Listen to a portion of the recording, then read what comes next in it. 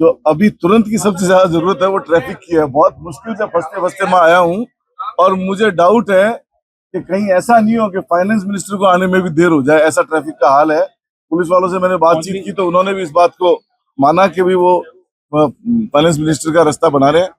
बहरहाल राजस्थान के अंदर आज तक का प्रेसिडेंस रहा है। बहुत पिछले 35 सालों में दिग्गज नेता मुख्यमंत्री रहे हैं।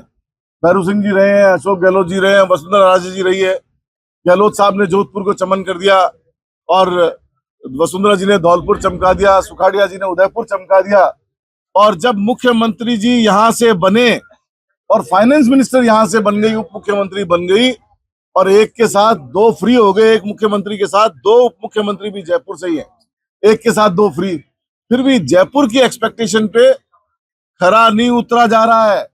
जयपुर की जनता इंतजार कर रही है, क्या ये सुखाड़िया जी की तर्ज पे जयपुर को डेवलप करेंगे, क्या अशोक गहलोत जी की तर्ज पे जयपुर को डेवलप करेंगे, क्या वसुंधरा जी की तर्ज पे जयपुर को डेवलप करेंगे।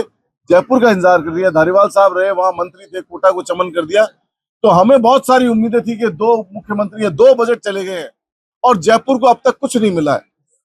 और हालात तो ये है कि मुख्यमंत्री के आने जाने का जो सेक्रेटरीट आने जाने का पुलिया है वो 2 साल से कंप्लीट नहीं हो पाया है। तो मैं नहीं समझता कि बहुत ज्यादा गुंजाइश होगी, लेकिन हम सब उम्मीदें पाले हुए हैं कि जयपुर वासियों को कोई सौगात दे, जयपुर के लिए कोई डेवलपमेंट की बात हो, इंफ्रास्ट्रक्चर डेवलपमेंट की बात हो, कुछ ऐसी चीज जयपुर में बने। जयपुर हेरिटेज जगह है और राजस्थान के अंदर बहुत ज्यादा उम्मीद करना गलत है। हम केंद्र सरकार के बजट का जब एनालिसिस करते हैं, केंद्र सरकार की आदत बन गई है पिछले 10-12 सालों में कि वो बजट आवाम के लिए और पूरे हिंदुस्तान के लिए नहीं देते हैं, वो इलेक्शन ओरिएंटेड बजट देते हैं। और जहां जहां जिस जिस स्टेट में इलेक्शन होता है उस स्टेट को ध्यान में रख करके और बजट दिया जाता है। जैसे पिछली बार आंध्र प्रदेश और बिहार को दे दिया, बिहार को ध्यान रखा गया। इस बार उनका ध्यान तमिलनाडु, वेस्ट बंगाल और आसाम की तरफ है, उधर को केंद्रित करते हुए ये बजट दिया गया। राजस्थान का रह नहीं लिखा गया, जबकि राजस्थान से 14 एमपी चुन करके गए यहां से, लेकिन राजस्थान का ध्यान नहीं रखा गया। और स्थितियां ये है कि एग्रीकल्चर में कटौती हो गई, रूरल डेवलपमेंट में कटौती हो गई।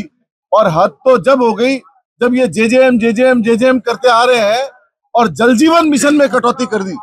आप ताज्जुब करोगे, पिछली बार के अलॉटमेंट में 5% काम नहीं हो पाया जेजेएम का, 5% फंड नहीं यूज हुआ पिछली बार का। और इस बार 67,000 करोड़ की रिकॉर्ड कटौती जेजेएम में कर दी। बात ये कर रहे थे तो इसका मतलब आप ये समझ लो कि जेजेएम बजट की किताबों से गायब मिलेगा, आपको नजर नहीं आएगा। मैं पूछना चाहता हूं इनसे कि पहले बजट में जब आप आए थे तो आपने कहा था कि हम 25 लाख कनेक्शन देंगे। 2 साल हो गए, कहाँ है वो 25 लाख घरों में पानी के कनेक्शन। और फर्स्ट बजट में ये भी कहा था कि विद्याधर नगर से विधायक बनी हूं, फाइनेंस मिनिस्टर बोली बजट पेश करते वक्त, और मैं विद्याधर नगर की जनता को सौगात देना चाहती हूं और मेट्रो की शुरुआत करूंगी। 2 साल हो गए, 2 साल से ज्यादा का समय हो गया, मेट्रो का एम नहीं लिखा गया विद्याधर नगर के अंदर। तो क्या सौगात देना चाह रहे हैं, ये हम सब इंतजार कर रहे हैं कि जयपुर में किस तरह का बजट होगा, राजस्थान का कैसा बजट मिलेगा, जयपुर को क्या सौगातें मिलेगी। इस सब बात के लिए हम इंतजार